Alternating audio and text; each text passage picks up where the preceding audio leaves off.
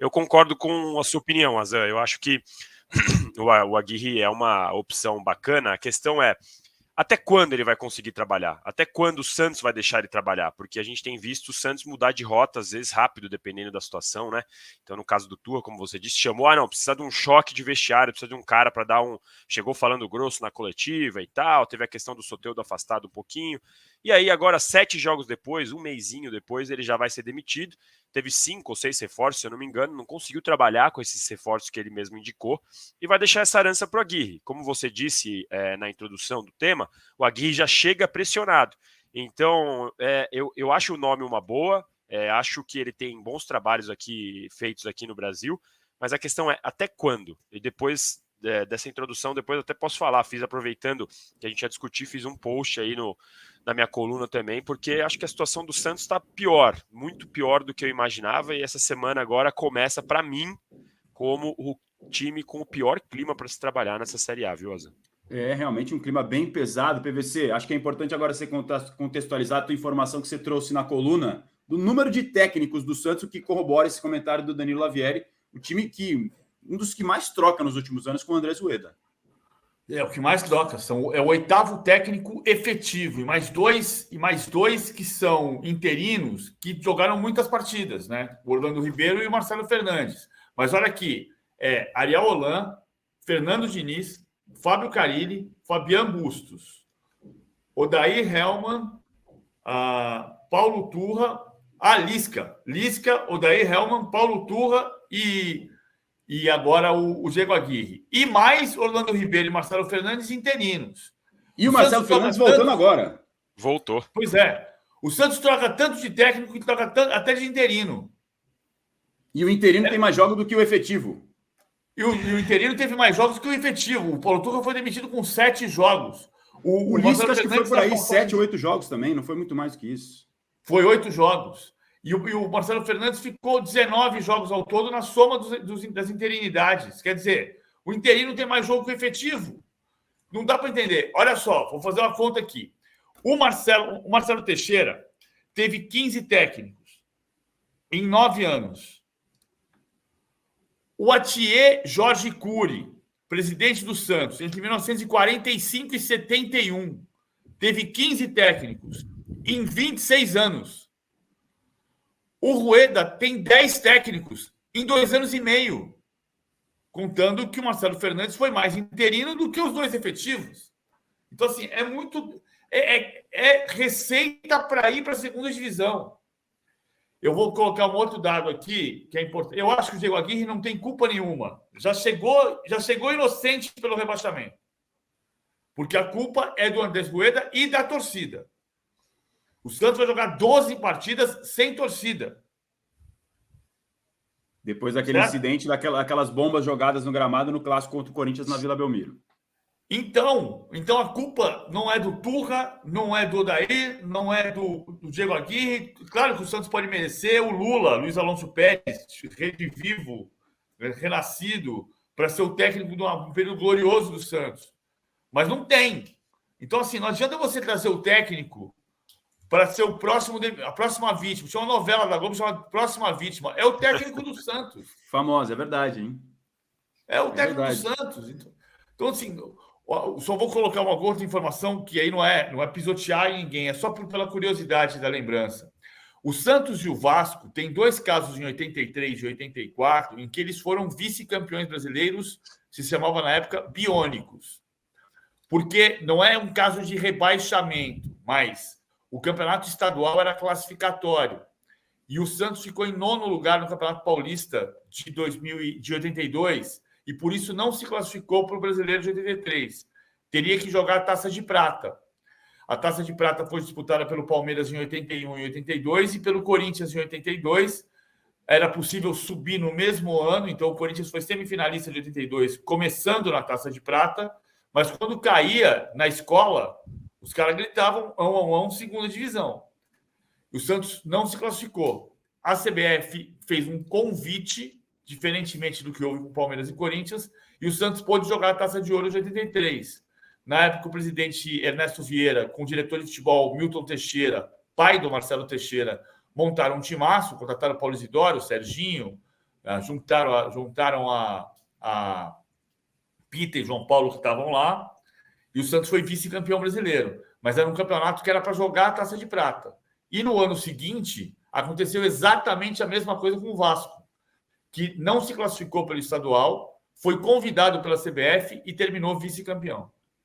Só para trazer um contexto que eu acho que é importante, porque o torcedor do Santos, eu vejo, acompanho nas redes sociais, alguns falam assim, muita gente que fala sobre o Santos agora não acompanha o dia a dia, está criticando troca de técnico, é porque não sabe. São duas coisas diferentes, tá, gente? Uma coisa é o panorama geral, que é importante contextualizar, o número de técnicos que o Santos teve na gestão do Rueda, que é um número que é relevante, que o PVC acabou de trazer. A outra coisa é analisar especificamente o trabalho do Turra, que era muito ruim.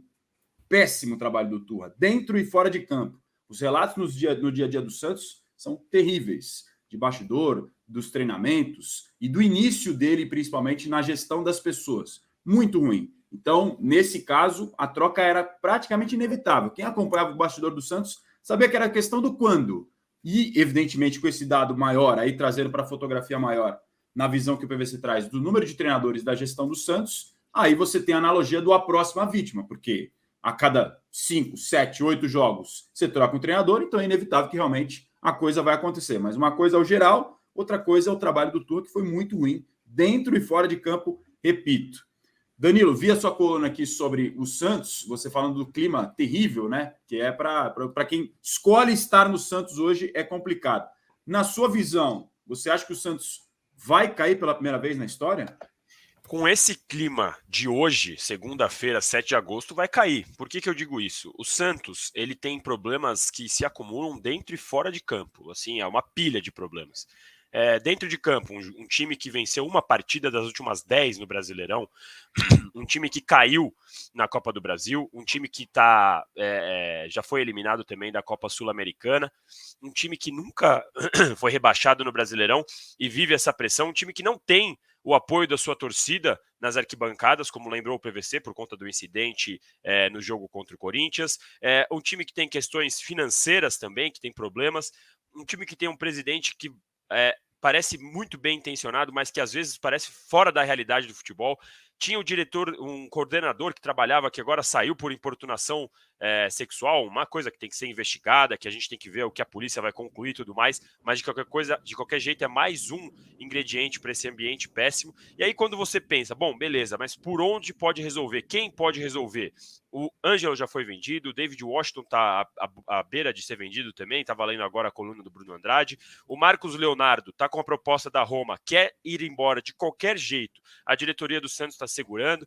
Então, está faltando onde o santista se apoiar para ter esperança. E é por isso que eu concluo. Hoje, o Santos tem o pior ambiente para se trabalhar na Série A. O Vasco conseguiu uma reação, conseguiu fazer o seu primeiro gol em São Januário no Brasileirão, ganhou do Grêmio. O América Mineiro está vivendo uma crise que é mais de resultado até do que de desempenho. Ainda está vivo na Sul-Americana. O Coritiba, que até há pouco tempo a gente já dava como rebaixado de uma vez, embora que não esteja vencendo como chegou a ter essa sequência, tá dando uma esperança de novo para o torcedor, achando que pode conseguir alguma coisa. O Santos, você olha e não tem onde se segurar. Você olha e fala, putz, mas quem vai se salvar aqui? Não tem ninguém que você pense e fala, não, por causa desse, pode ser que o Santos reaja. Então a gente tem que esperar, vamos ver como o Aguirre vai começar. Mas o Aguirre já chega pressionadíssimo, já chega xingado. E eu concordo 100% com o que vocês disseram. Se acontecer de o Santos cair, o Aguirre já chega inocente por isso, porque o Santos já está numa situação horrível, complicada, dentro da zona de rebaixamento, e que você olha o jogo e fala, não tem de onde tirar, não tem de onde espremer. Sei lá, vai jogar com 10 zagueiros? Não sei, não dá para saber o que vai acontecer. É muito difícil você ver um jeito para o Santos reagir, porque realmente são atuações muito ruins, muito tristes. E quando você pensa, mais uma vez, vou me salvar por aqui, vou me salvar por aqui, esses caras também não estão podendo ser considerados aí essa tábua de salvação. Para contextualizar na tabela, o Santos nesse momento entrou na zona de rebaixamento nessa rodada. A triste e infeliz coincidência para o torcedor do Santos é que no dia em que o time entrou na zona de rebaixamento, para o Aguirre mais, né? No dia em que o time entrou na zona de rebaixamento, ele foi anunciado. 6 de agosto de 2023, o Santos entra na zona de rebaixamento por causa da vitória do Bahia para cima do América e depois do empate do Santos contra o Atlético Paranaense. Os dois estão empatados em pontos, vejam, 18 pontos para cada, mas nos critérios o Bahia tem saldo de gol -6, o Santos -8. Nesse momento, o Santos empatado em pontos. mas a questão não é nem tanto a tabela, PVC, principalmente o desempenho do que destacou o PVC, o Danilo, perdão. Mas você acha que o Santos cai, PVC? Eu acho. Eu acho triste, mas eu acho que... porque o problema... Claro que você pode... A gente sabe que tem casos de mudanças drásticas de rumo, mas a gente está vendo o Coritiba crescer, o América crescer. O América não. O América trocou de técnico também, né? Saiu o Wagner Mancini ontem. Mas o Bahia crescer. O Bahia meteu um 3-1 no América ontem com facilidade. E o Goiás cresceu. E o Santos é essa roda viva, assim. O Andrés Rueda diz: e eu troco tanto de técnico, sou justo eu que cheguei dizendo que não ia trocar ninguém, que não ia trocar nunca. Mas você só não troca de técnico se você tiver convicção. E é trocar de técnico, assim, eu posso entender que o trabalho do Turra não estivesse dando resultado nesse momento. Mas ele teve 7 jogos. Olha só, para ter certeza disso aqui, olha só. Que dia ele estreou? Paulo Turra. Paulo Turra estreou contra o Goiás. No domingo, dia... Peraí. Não, estou fazendo bobagem. Ele estreou contra o Goiás no 4-3, né? 4-3 do Goiás. Esse era o jogo do Flamengo. Ele estreou dia 8 de julho. 8 de julho. Não deu um mês. Não deu um mês do... Não, ele estreou contra o Cuiabá. Acho que foram 39 Cuiabá, dias no total, PVC. 39 dias. Então, 39 dias no Brasil, qualquer período de 3 meses é período de experiência. Técnico de futebol é um veterano. Se você quer demitir porque o cara não está trabalhando bem em 39 dias, demite quem contrata. Porque quem está contratando errado. Se você contrata o técnico de futebol, é o executivo mais importante de um clube que não teve executivos, né? Se você contrata e demite executivos como o Nilton Dumont, como o Falcão, o seu executivo mais importante é o técnico. Se em 2 anos e meio você tem 8 técnicos, com todo o respeito, demite quem contrata. Nesse caso, o Paulo Roberto Falcão saiu do Santos, também, repito, com o contexto da importunação sexual que o Danilo já citou mais cedo, no hotel onde ele morava, mas também uma gestão de departamento de futebol horrível. O trabalho do Falcão é péssimo. E para além do trabalho péssimo, pior eram as manifestações públicas, que davam uma vergonha alheia, eu vou ter que falar esse termo, vergonha alheia, porque ele cometia gafes inacreditáveis. Desconectado, né? Desconectado da realidade. O Rueda também desconectado da realidade, porque falava em Libertadores até outro dia. Vamos brigar por Libertadores. Agora, depois do empate contra o Atlético Paranaense, numa entrevista ao De Olho no Peixe, que é site segmentado do Santos, ao Felipe Camargo, quando perguntado, ele recua, muda a postura, fala, agora vamos ver, não sei o quê, buscar uma posição ali mais confortável, mas falava em Libertadores, até outro dia. O torcedor está vendo o Santos jogar, a opinião pública está vendo o Santos jogar, os jornalistas estão vendo o Santos jogar. Não dá para você falar para o torcedor do Santos que esse time vai brigar por Libertadores. É quase que, assim, duvidar da inteligência das pessoas, querer colocar e vender esse discurso. Então, não, assuma a situação, porque para você resolver o problema, o primeiro passo é assumir que ele existe, para depois você dar os passos em busca da solução. Você pode votar na nossa enquete sobre se o Santos vai ser rebaixado ou não. Para a maioria das pessoas aqui na nossa live do De Primeira, sim, 73% achando que o Santos vai ser rebaixado pela primeira vez na sua história. Não, pouco mais de 20% dos votos. A gente continua pedindo o seu like, sua inscrição no canal do All Sport. Faça como o Leandro Mendes aqui, ó. Senta o dedo no like, galera. Obrigado, Leandro, pela sua opinião, pela sua mensagem aqui no chat. Vou dar a minha opinião sobre a possível queda do Santos ou não. Na minha visão, só não cai se o Aguirre fizer um trabalho que ninguém fez antes. Porque não seria mérito do Rueda, não seria mérito da diretoria, longe disso, do comitê de gestão. Seria um mérito quase que único e exclusivo do Aguirre e também dos jogadores que chegaram agora. Por exemplo, Jean Lucas, que é um bom jogador, que, aliás, acho que foi pouco ressaltado o tanto que esse cara escolhe jogar no Santos num momento trágico do time. O cara que escolhe jogar no Santos, como o Jean Lucas, que tinha uma proposta salarial até melhor de outros clubes, como, por exemplo, o Flamengo, ele mostra um sentimento, uma identificação com o clube que é fora do normal, porque o jogador que topa ir para o Santos hoje, nesse clima que o Lavieri acabou de destacar, é completamente fora da curva. O cara tem que ter uma ligação de alguma forma. O Jean Lucas teve lá atrás uma passagem rápida e se identificou. Na minha visão, o Santos só não cai se o Aguirre fizer um trabalho acima da curva, fora da média, porque dentro desse contexto, tudo joga para o Santos cair. Eu só acho que não cai por causa do Diego Aguirre se ele conseguir engatar um trabalho rápido. Mas, fora isso, todo o contexto é terrível. Não ter o torcedor apoiando na Vila, que sempre foi uma arma do Santos, não ter o elenco capaz de entregar muito mais do que isso, e principalmente o torcedor entender que não é time do DNA ofensivo, que não é time para jogar para frente, que não é time do futebol bonito. É time que tem que ser pragmático. E para esse momento, eu acho que o Aguirre foi a melhor escolha por isso. Então, só por isso, eu acho que por esse cara o Santos pode não cair. Mas o problema é que eu entendo que podem levar para o outro lado, PVC. Sabe o que é isso aqui?